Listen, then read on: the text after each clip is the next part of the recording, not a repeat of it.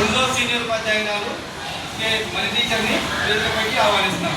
ఈరోజు మనశాల సముదాయ సమావేశాన్ని నిర్వహించడం జరిగింది.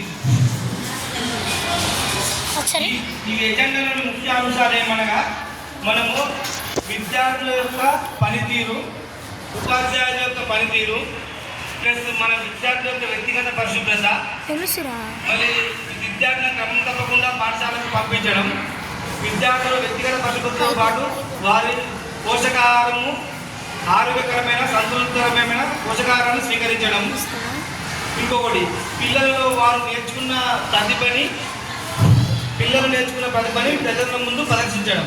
అంటే మీ పిల్లలు ఏం చేస్తారు, రోజు హోంవర్క్ పట్టి టీచరు ఇక్కడే చేయించి మన దగ్గరనే నోట్ బుక్స్ ఉంటాయి.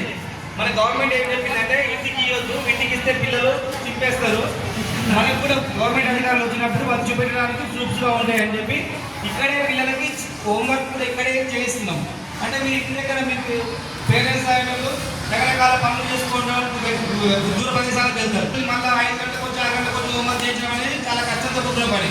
అందుకని గవర్నమెంట్ ఏం చేసిందంటే వర్క్ బుక్ వేయడం జరిగింది. ప్రతి సబ్జెక్టు వర్క్ బుక్ ఉంటుంది.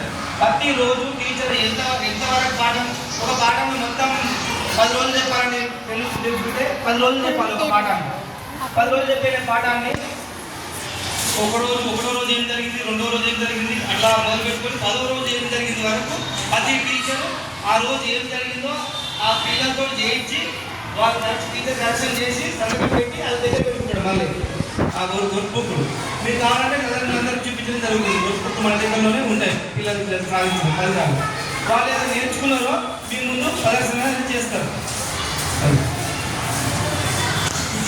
ఈరోజు నెక్స్ట్ కొనసాగించడానికి మళ్ళీ టీచర్